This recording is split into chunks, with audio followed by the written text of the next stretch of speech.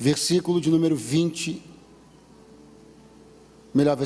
19, capítulo 18 e versículo 19.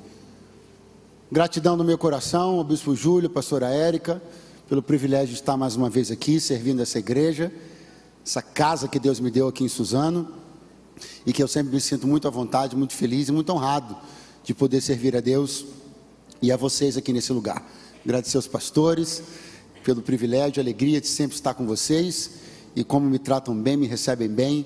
Eu só posso bendizer a Deus pela vida de todos vocês, Deus seja para sempre louvado. Capítulo 18, versículo 19, primeiro livro dos reis. Quem encontrou, diga: eu amo a Bíblia.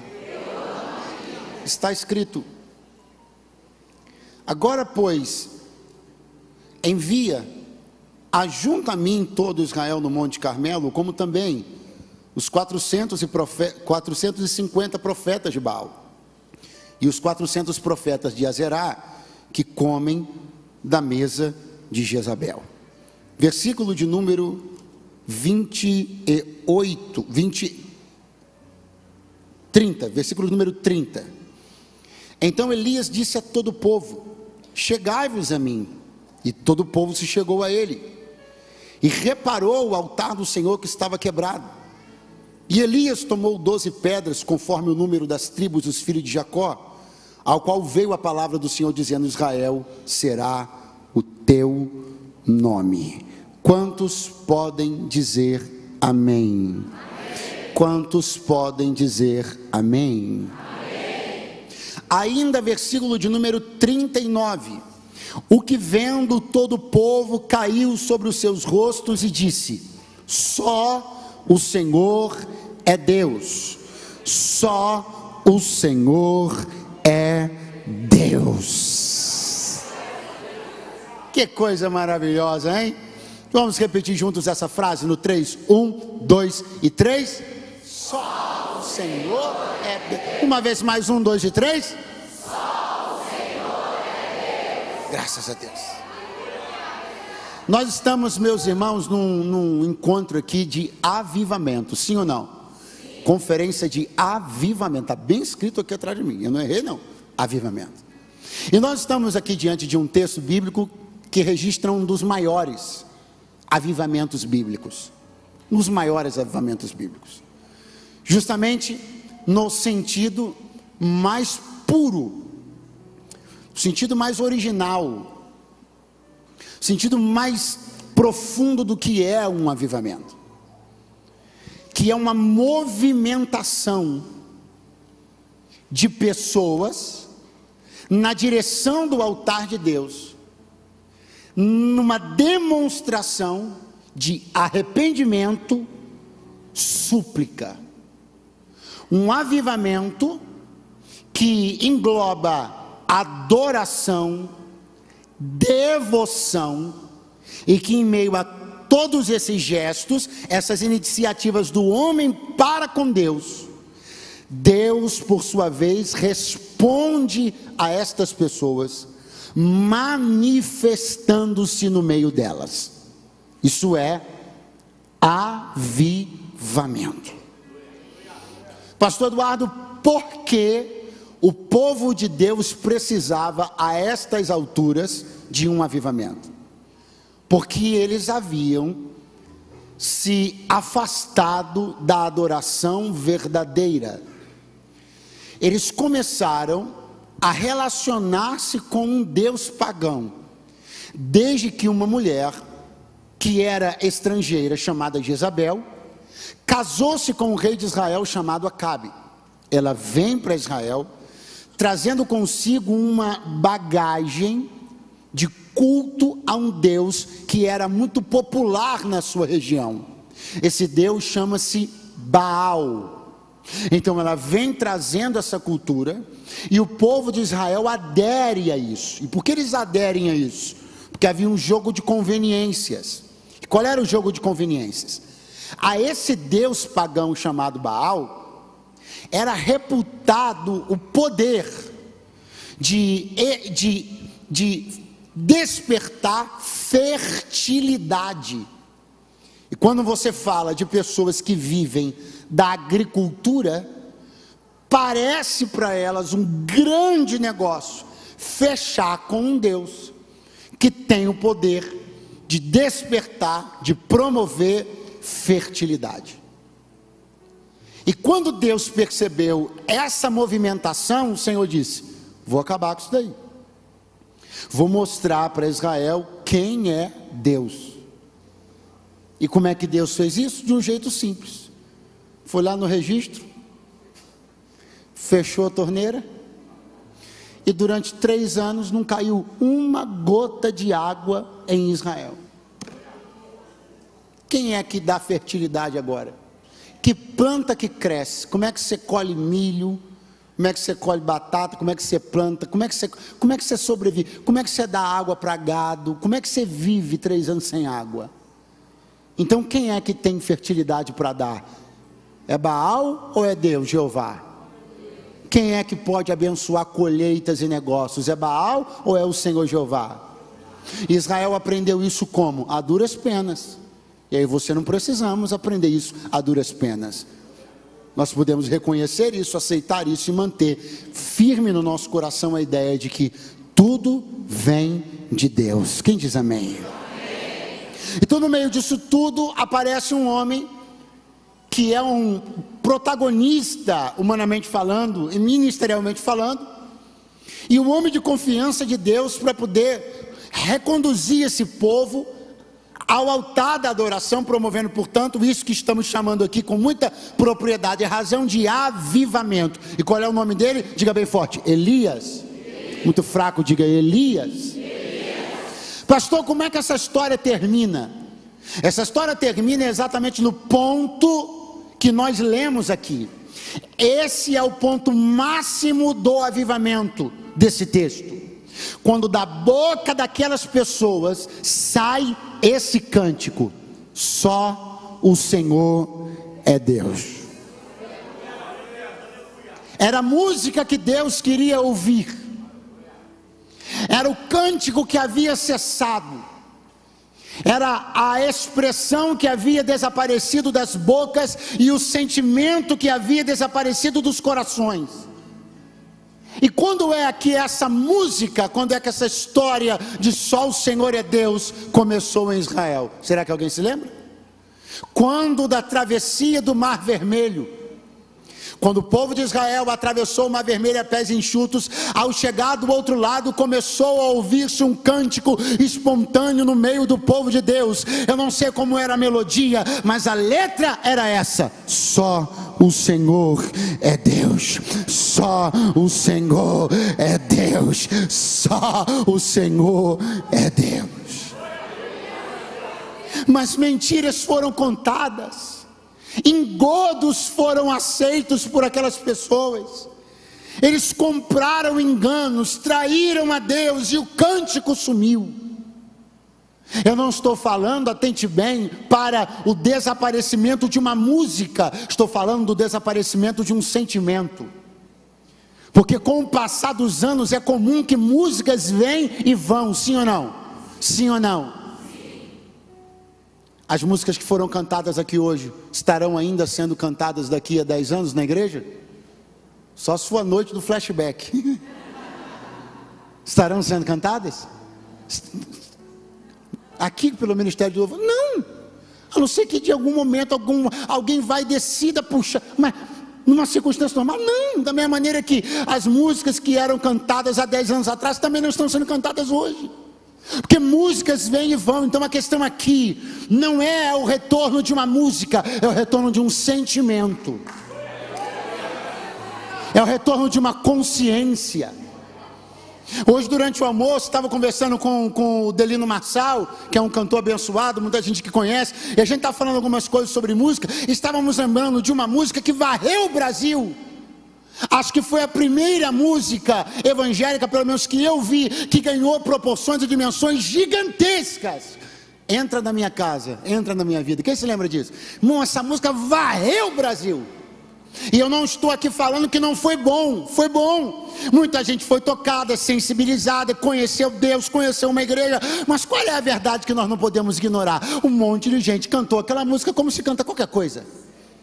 Eu não estou falando do que me disseram, estou falando do que eu vi. Eu me lembro como se fosse hoje, eu subindo o complexo do Alemão. Aleluia, tem gente que não acredita. Para ir pregar numa igreja lá em cima, e com o complexo do Alemão fervendo, daqui a pouco eu olho para o lado um karaokê, o camarada é mais para lá do que para cá. Entra na minha casa. Pode ser que aquele camarada tenha se livrado daquela cachaça e Deus tenha entrado na casa dele. Pode ser. Não, pode ser mesmo. Mas o fato é que a gente sabe que a grandíssima maioria das pessoas que aderiram a uma música não aderiram ao sentimento por trás dela. Então não é sobre aderir a uma música, porque nós não somos produtores de cultura. Nós não estamos aqui para fazer jingles. A igreja brasileira não quer despertar jingles. A igreja brasileira quer despertar sentimentos. Segure a mão de alguém que está do seu lado e diga: isso é avivamento. E é isso que eu vim profetizar para a igreja em Suzano, aqui nesse período de carnaval em 2023. Um avivamento tão poderoso, não para que a Rede Globo faça novelas com os crentes, não para que alguém cante as nossas músicas, não para que nossos jargões caiam no gosto popular, mas para que os corações conheçam o que é sentir que só o Senhor é Deus.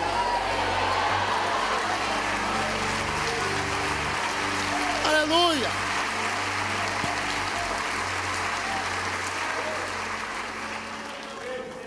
Então, nesse caminho está o profeta Elias, e está um plano que em parte ele elabora,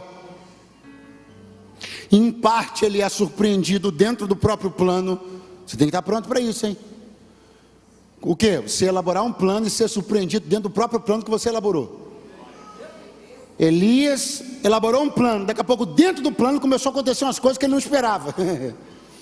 E aí ele teve que se reinventar e se refazer dentro do próprio plano que ele elaborou. O pastor ficou confuso. Escute, como é que começa o plano de Elias, que vai dar no avivamento que eu mostrei para você? Começa assim: ele chama o rei e fala: reúne o povo,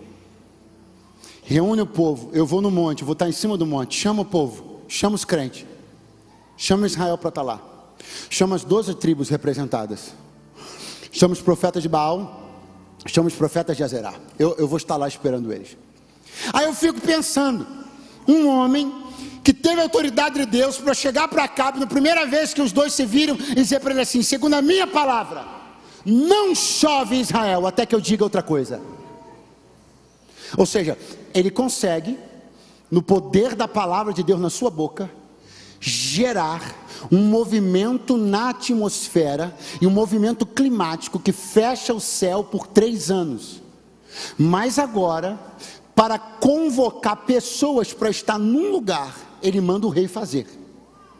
Eu fico me perguntando se o homem que tem autoridade para fechar o céu e abri-lo não tem autoridade para botar um bando de gente em cima de um monte. O que isso ensina para nós? Primeiro, ensina sobre níveis e sobre tipos de autoridade. Elias era um grande conhecedor dessa ideia e dessa ciência. Qual? A do nível de autoridade e a do tipo de autoridade. Ele sabia o que lhe cabia fazer e sabia o que não lhe cabia fazer. E ele não estava preocupado com o que não lhe cabia. Ele era zeloso naquilo que lhe cabia. Pastor, o que isso tem a ver com a gente? Tem a ver que muitas vezes a gente gasta um tempão reclamando sobre a autoridade que a gente não tem, em vez de utilizar a autoridade que a gente tem. A gente passa um tempão reclamando acerca de esferas que não estão sob a nossa interferência, enquanto existem esferas que você poderia interferir e não interfere. E Deus olhando e dizendo: você deveria estar mais preocupado em exercer a autoridade que você tem do que se preocupar com aquela que eu não te dei. Pastor, onde você quer chegar? Já cheguei. A gente está preocupado com questões macro e não conseguimos resolver as questões micro. As mesmas pessoas que querem discutir ideias de âmbito global não cuidam nem dos seus filhos. Não vai embora não, fica só mais um pouquinho. A gente quer discutir a política da educação do governo. Estamos batendo daqui, espancando de lá. Quem é o ministro da educação? Vamos levantar a ficha desse cara. E você, está cuidando da educação dos seus filhos dentro de casa? Você está preocupado com quem é o ministro da educação, mas você entrega um iPhone, um tablet, um smartphone desbloqueado na mão de um moleque de 10 anos. Vira as costas e deixa ele para lá. Oh, aleluia!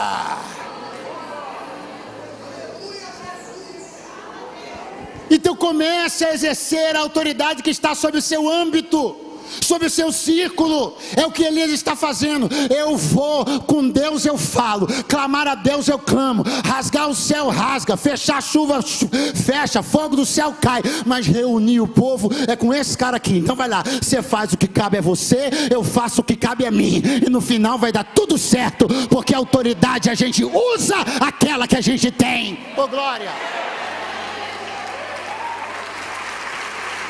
Aleluia!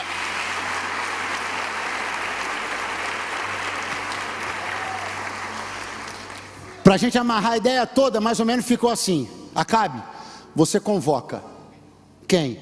O povo. E você faz o quê? Invoco quem? Deus.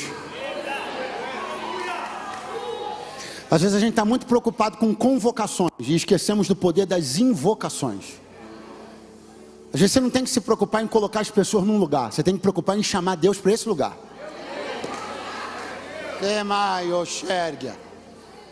Então escute, porque poder de convocação sindicalista tem, poder de convocação baderneiro tem, poder de convocação líderes de toda sorte de agrupamentos tem. Agora poder de invocação é para poucos. Quero que você segure a mão de alguém que está do seu lado e fale para ele: não importa se você não tem muito poder de convocação, se você cria um grupo, todo mundo sai dando uma semana. O que importa é que você tenha poder de invocação. Se você não consegue colocar as pessoas onde você queria, chame Deus para onde você quer, e depois que você chamar Deus, elas vão querer estar lá também.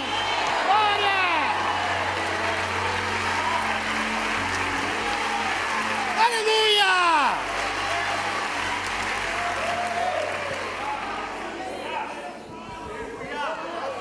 É isso que você não entendeu. Você está brigando para as pessoas estarem num lugar, e elas estão pensando que estão atendendo a uma chamada sua. Então se despreocupe com isso. Vá para esse lugar e chame Deus para lá. Quando Deus chegar lá, as mesmas pessoas que você chamou vão olhar e vão dizer: cara, Deus está naquele lugar que Ele estava me chamando lá, eu vou lá, hein? Que as pessoas podem até resistir ao seu convite, mas ninguém resiste a um convite onde Deus está. Então a coisa foi colocada dessa forma. Acabe foi lá, fez uma convocação de natureza oficial, política, como tinha que ser, e botou todo mundo em cima do monte. E aí Elias foi e subiu, olhou para os caras, os profetas de Baal para o lado de cá, os crentes por lá de lá. Elias olhou e disse assim: chegai-vos a mim. Melhor, Elias olhou e diz a Bíblia, então Elias se chegou a todo o povo. Isso aqui é um segredo maravilhoso. Repita comigo: então Elias se chegou a todo o povo. Isso é um gesto que precisa ser entendido e copiado por nós. Esse movimento sempre dá certo, e avivamento tem muito a ver com isso. Com o quê? O portador, Elias, da unção, da graça, da palavra, o homem que tem experiência com Deus, o que ele faz? Ele se chega, ele se aproxima. O que Elias entendeu sobre a unção que ele tinha, e muita gente não entendeu? Que a unção não é para erguer um muro, a unção é para construir uma ponte. A unção não é um pedestal que eu subo e de onde eu julgo e aponto as pessoas. A unção é um veículo através da qual eu me achego a elas, para que elas tenham a oportunidade de ter o que eu tenho e receber o que eu recebi. A segunda coisa que ele entendeu: a primeira, eu vou até elas. A segunda, eu vou a todos. Quantas tribos representadas havia ali em cima? Diga comigo, 10. Muito fraco, diga 10.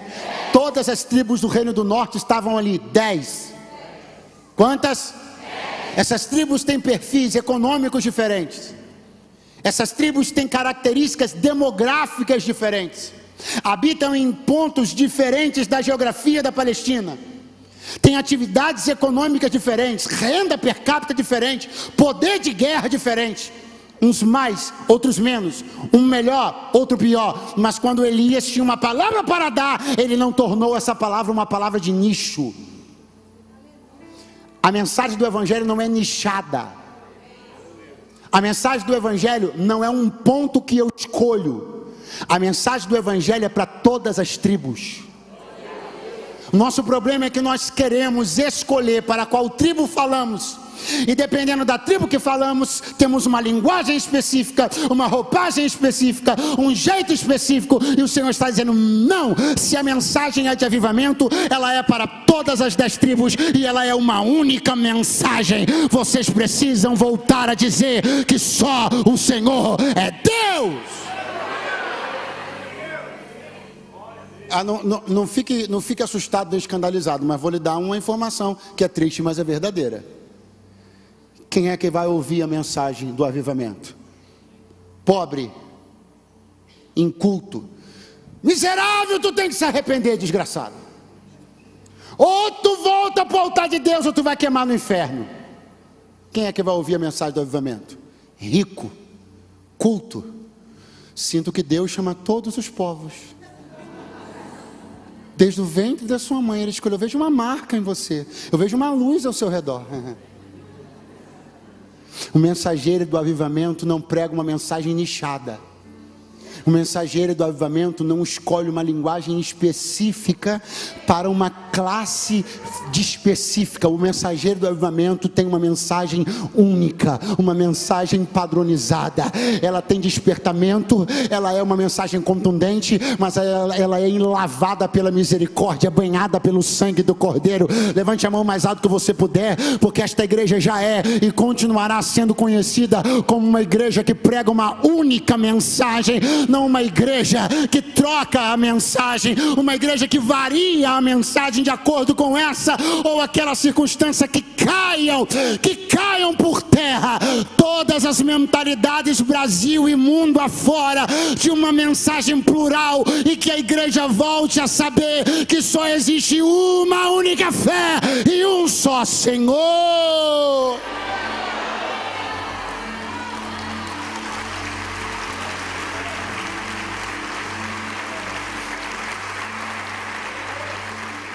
Pergunte o que aconteceu depois.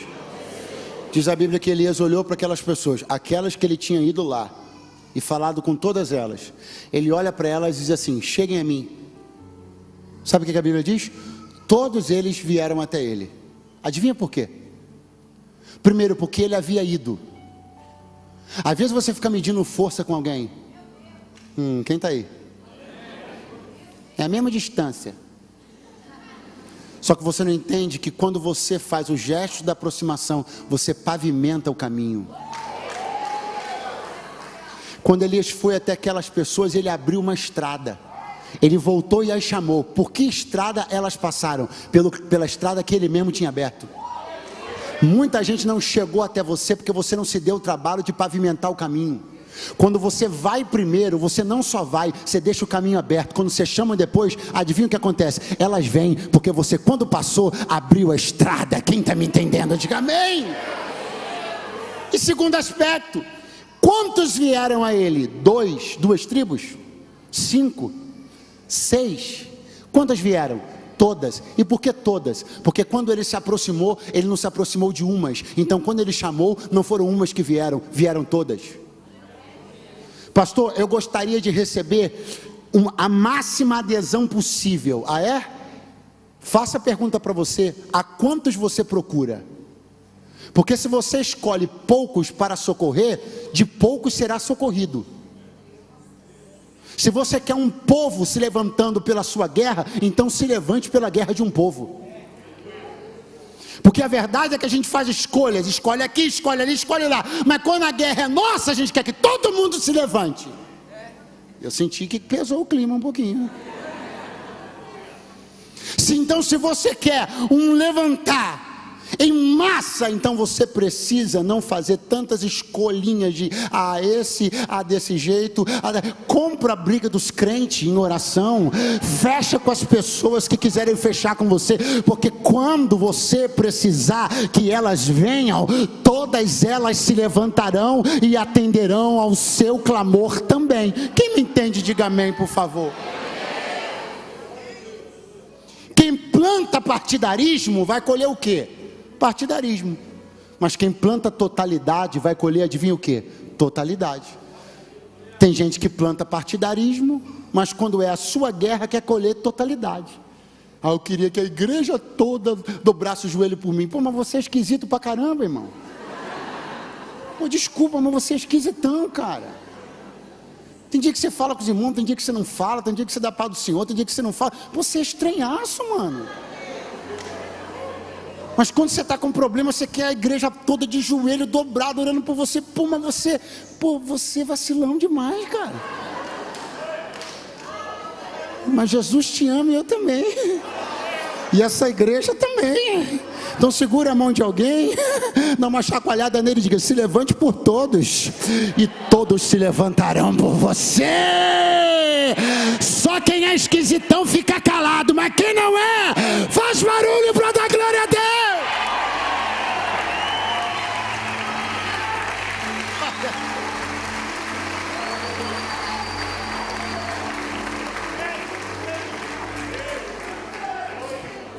Prático. Elias agora vai ser prático. Irmão, nós estamos num mundo que cada vez mais nos empurra para isso, para o pragmatismo, ser prático e usual. É isso e não aquilo, aquilo e nem isso. Vamos lá, você vai? Não vou. Você fecha? Não fecha. Você quer? Não quero. Vamos embora, estou com pressa. Aleluia. Tem gente que você está tentando conversar com ele uma coisa, e ele vai tentando completar o que você está falando antes de você falar. Aí vai te dando uma agonia. Não.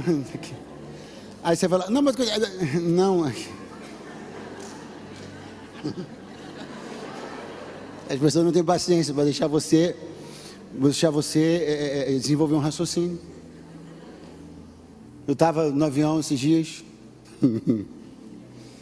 e tinha uma pessoa, é até famosa essa pessoa, assistindo uma série e sem fone de ouvido. É uma maravilha essas pessoas, né? Eu fico tão tocado. Mas ele estava assistindo a série numa velocidade que eu falei assim: é em hebraico essa série? Não, era em português. Eu não estava conseguindo entender nada. As pessoas não conseguem nem assistir mais um vídeo na velocidade normal. Meu Deus do céu. Elias vai ser muito prático agora. Ele vai olhar para o pessoal e vai dizer assim: ei, esse negócio é o seguinte: se Baal é Deus, seguiu. E se Deus é Deus, seguiu. Não, eu vejo Elias numa hora dessa, pastores. Sabe aquela hora que você diz assim: rebentei. Agora, rapaz, Deus me usou agora aqui. Eu vejo ele assim, sabe, levantando. Se Deus é Deus, seguiu. Se Baal é Deus, seguiu. Sabe o que veio depois disso? Cri. O pastor está falando sério? Está escrito na Bíblia. E o povo não lhe respondeu nada. Eu acho tão interessante quando a gente arruma tudo, né? Achando assim: hoje eu decido esse negócio. Eu vou colocar a coisa de uma maneira tão assim, não vai ter para onde ninguém correr. Eu vou falar um negócio muito poderoso. Eu vou falar um negócio tão profético. Vai ser um Hadouken profético. Você não jogaram Street Fighter, não? E daqui a pouco, cri, cri, cri, cri. O interesse de Deus não é saber o quanto você é bom para elaborar uma questão. O interesse de Deus é saber o quanto você é bom para, se você não for respondido, você continuar. Deus não me trouxe aqui para medir o quanto você é bom, para fazer uma ginástica toda e botar as pessoas no negócio. E não, é para se não der em nada. Se ninguém te responder em nada, se o negócio não avançar, se parecer que ninguém está nem aí para você, se tu ouvir o grilo cantar, você parar e dizer assim, quer saber? Vocês não estão respondendo não, mas eu vou continuar aqui fazendo o que Deus me mandou fazer, porque eu não estou nem... Aleluia! Pega a mão de alguém que está do teu lado e diz assim para ele, e agora, Elias? Desarruma a barraca, desmonta a barraca, faz a mochila e desce do monte, ou vai continuar em cima, acreditando que o silêncio de agora vai ser a resposta de daqui a pouco?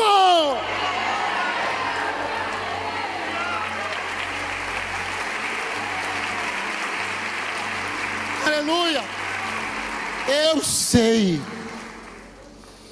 Eu quero exercer empatia com você, meu irmão. Eu sei que o que você queria era que as coisas se resolvessem agora, que as pessoas respondessem e correspondessem às suas expectativas agora. Eu sei que você queria que a sua família fosse salva agora, que aquele trabalho que você está fazendo rompesse agora, que aquele negócio começasse a dar lucro agora, que o seu ministério começasse a ganhar proporções e dimensões maiores agora. Nós somos fãs do resultado, mais do que isso, somos fãs e ávidos pelo resultado pronto, pelo resultado acelerado, mas não é isso que prova o nosso comprometimento, muito pelo contrário. Aquilo que testa o comprometimento de alguém com uma missão da qual ele se imbuiu de fazer é quando a resposta não vem, o resultado não aparece, é quando só tem silêncio, é quando parece que não vai dar em nada, é quando parece que o mar não vai abrir, é quando parece que a chuva não vai descer, é quando parece que não vai romper, não vai dar lucro, não vai para frente.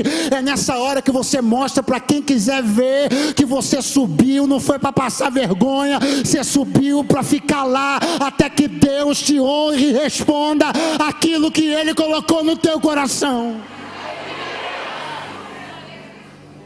Você acha que as pessoas que hoje ocupam os lugares de sucesso e que você as olha lá, você acha que todas elas acertaram na primeira? Você acha que todas elas olharam para o decidam agora, todo mundo decidiu e elas ficaram super bem? Você acha que todos os pastores que você admira pregaram uma mensagem no primeiro dia que abriram a igreja, converteu 150, membrou 120, veio 300 de outra igreja, aleluia? Tem dia que é cri, cri, cri e cri. Aí é Deus olhando e dizendo assim, deixa eu ver quanto você está comprometido com essa ideia.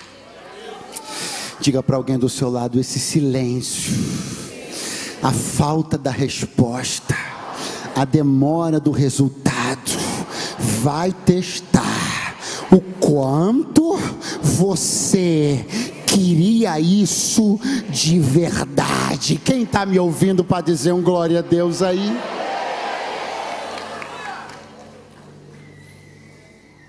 Quando o silêncio se instaura, quando a resposta não vem, logo depois disso vem uma coisa que eu amo observar. Diz assim, então Elias restaurou o altar do Senhor que está quebrado. Ou seja, ele colocou a coisa de uma maneira muito pragmática, não funcionou. O que ele fez? Foi trabalhar mais. Vou de novo. Ele colocou a coisa de uma maneira muito pragmática, ia ser show, ia ser top, escolham agora quem vocês querem. Cri, cri, o que eu vou fazer? Trabalhar mais. Por quê? Porque se eles não foram capazes de decidir só com eu impondo ou colocando a questão para eles, então eu vou trabalhar para eles verem um tipo de coisa, que depois que eles virem isso, não tem como eles não tomarem uma decisão. Todo insucesso é uma oportunidade para você saber no que você pode trabalhar mais e melhor. O glória a Deus sumiu, o aleluia desapareceu. Todo Todo insucesso é uma oportunidade de você perceber onde você pode trabalhar mais e melhor. Eles não responderam. O que é que eu vou fazer? Eu vou agarrar na garganta deles?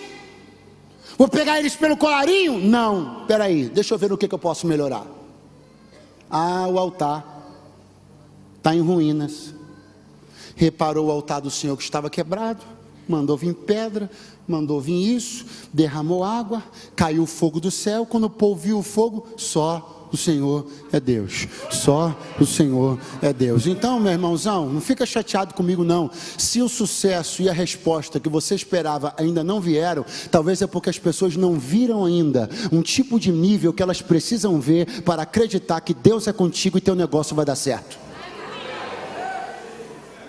Então você sai daqui hoje, não é na missão de começar a apertar as pessoas para responderem o que você quer. Você sai daqui hoje na missão de ver o que você pode fazer para melhorar aquilo que elas estão vendo e para crer que Deus é contigo, que você não está de brincadeira, que você é um empresário, que você tem uma chamada para negócios, que você é um cara sério, que você é um rapaz direito, porque esse cenário só vai mudar quando alguma coisa que eles ainda não viram, eles começarem a ver através de você. Ô glória!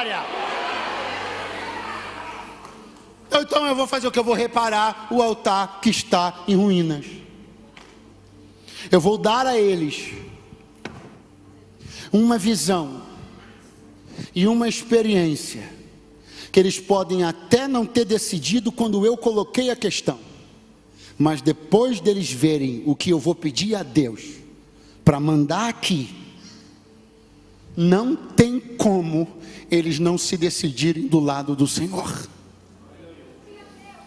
Elias repara o altar, então bota as coisas todas, põe 12 pedras. Isso aqui é maravilhoso. Quantas pedras ele colocou? E a Bíblia diz que as pedras representavam as 12 tribos. Pastor, mas eu lembro que agora há pouco o senhor falou que tinha 10 tribos lá em cima. Tinham 10 mesmo. Que nós estamos falando de uma história que está acontecendo no Reino do Norte. Nós estamos falando de um tempo onde uma divisão em Israel já tinha acontecido.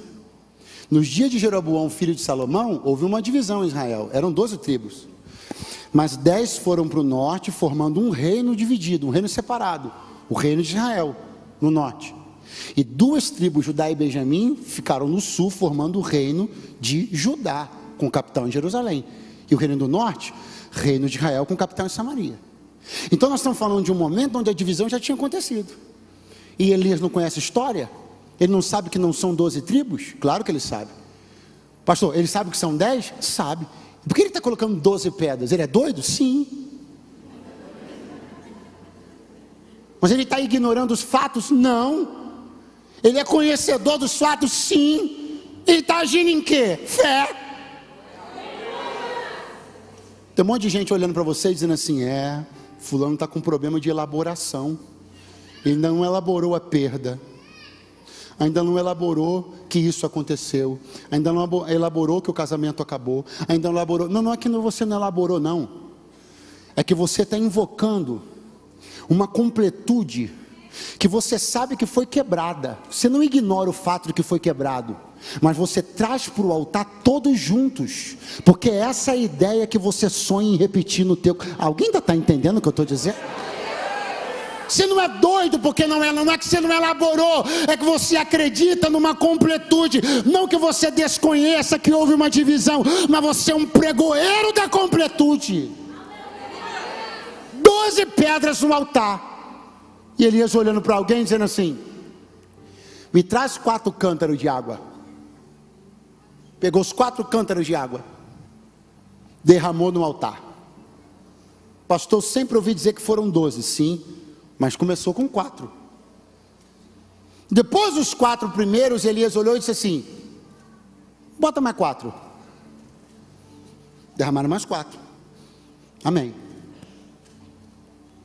Bota mais 4. Agora são 12.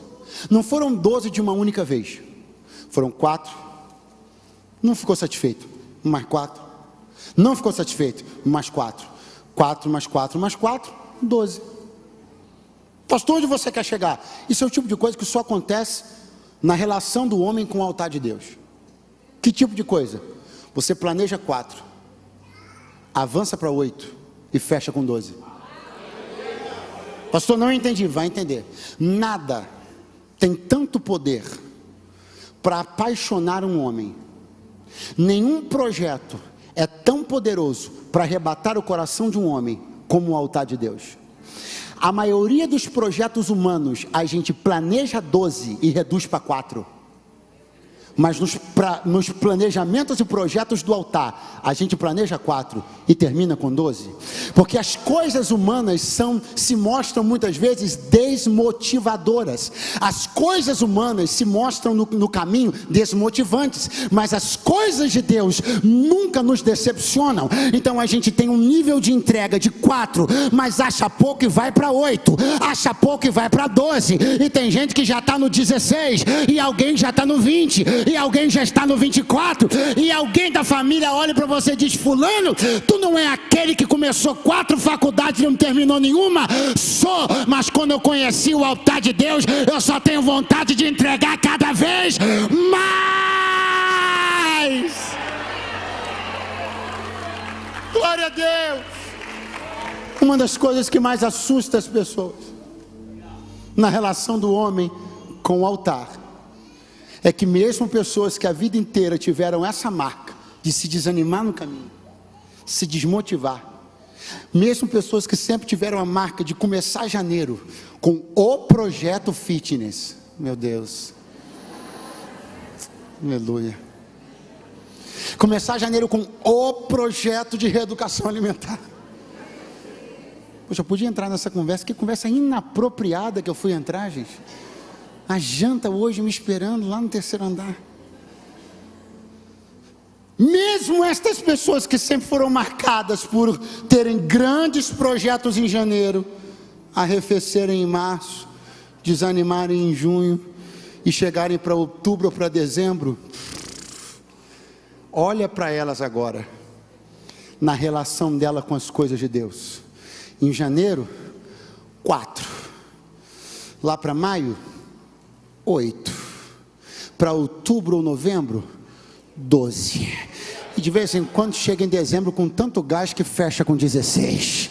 Segura a mão de alguém que está do teu lado, fala para ele: a vereda do justo é como a luz da aurora, vai brilhando e brilhando até ser dia perfeito. Diga: ninguém vai entender, mas a sua relação com as coisas de Deus vai ser totalmente diferente da sua relação com todas as outras coisas. Você não vai desanimar, não vai esmorecer, não vai esfriar, não, vai ser cada vez melhor, mais quente, mais crente, mais devotado, mais ofertante, mais liberal, mais efusivo. Hoje você levanta a mão aqui, daqui a pouco está aqui e daqui a pouco está colar, porque é assim. Aleluia.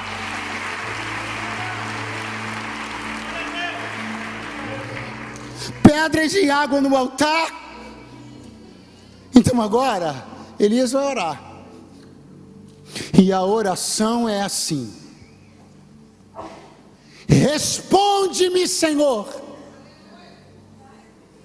Responde-me, Senhor. E parece que ainda ecoa para mim, quando a Bíblia me disse que diante do clamor de Elias para o povo, diz a Bíblia, e o povo não lhe respondeu nada. Aí Elias agora começa a dizer: responde-me, Senhor. Ele está dizendo o que? Ele está dizendo: eles não me responderam. Responde-me, Senhor. Não veio deles o que eu esperava. Responde-me, Senhor. Os resultados não vieram de quem eu imaginava que viriam. Responde-me, Senhor. As portas que eu bati não se abriram. Responde-me, Senhor. Adivinha o que vai acontecer? Diga comigo: Deus vai responder. Agora vai. E por que a resposta de Deus se manifestou nesse tempo, nesse momento preciso? Por que Deus não respondeu imediatamente após, ou ali junto com o momento onde Elias pediu a resposta do povo. Primeiro, porque Deus sempre precisa que a quem você recorreu silencie, para que então ele te responda. Porque no meio do barulho das pessoas a quem você tem recorrido, Deus não vai responder. Porque se as duas vozes se manifestarem ao mesmo tempo, você não saberá a quem agradecer. Então todo o silêncio que aconteceu de quem você foi bater na porta, foi bom para você. Porque enquanto eles estavam tagarelando, enquanto eles estivessem dizendo o que fariam, Deus não ia fazer nada. Porque Deus nunca vai disputar a voz dele com nenhuma outra. E Deus nunca vai entrar no risco da glória que é dele ser repartida. Ele não deixa ser repartida com ninguém. Então ele só manifesta a resposta dele quando você tiver silêncio das outras portas que você bateu e dos outros recursos que você tentou. Então você não entendeu, mas eu vim te explicar que a melhor coisa que te aconteceu esse ano foi o silêncio de quem você esperava uma resposta. Porque é nesse silêncio que Deus vai bradar e vai responder a você. Alguém está me ouvindo aí, pelo amor de Deus? A melhor coisa que poderia ter te acontecido foi eles não terem te respondido nada, ter caído na caixa postal, ter ficado só um Vzinho em vez de 2, aleluia. Porque é em meio a esse silêncio que Deus vai manifestar a resposta dele. Responde-me, Senhor, e eu estou encerrando, responde-me, para que esse povo saiba que o Senhor é Deus. Então, eu gosto desse então. Quando vem esse então, eu já estou como? Aleluia.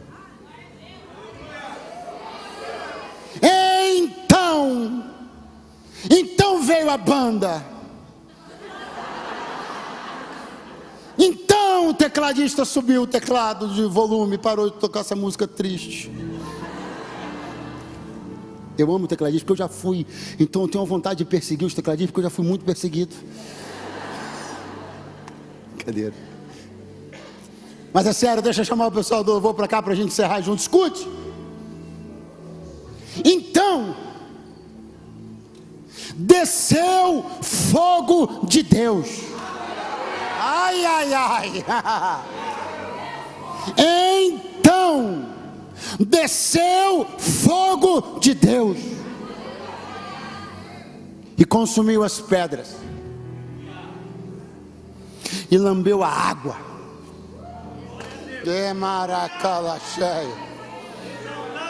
Então desceu fogo de Deus. Repita comigo: fogo de Deus. Muito fraco, diga: fogo de Deus. Diga comigo: Deus é amor. E também é fogo que consome. Isso explica o fato de que as pedras foram consumidas. Pastor, mas o senhor disse que Deus é amor. Sim. O senhor disse que ele também é fogo que consome. Sim. Mas eu só vi a pedra ser consumida. Sim. E onde é que está o amor? Vou te mostrar. Fala para o teu vizinho: as pedras foram consumidas, porque Deus é fogo que consome. Pergunta para ele: mas cadê o amor? Pergunta para mim: cadê o amor? Para e pensa. O que as pedras representavam? O que as pedras representavam? Quem tinha se desviado de Deus? Quem tinha se desviado de Deus? Quem deveria ter sido punido e exterminado naquele dia? Mas em vez disso, o que Deus consumiu? As?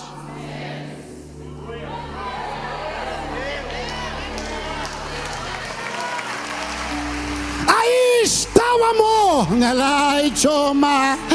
Quando mesmo que Deus consuma algo ligado a você, ainda assim você continua vivo, porque Ele acredita no teu coração.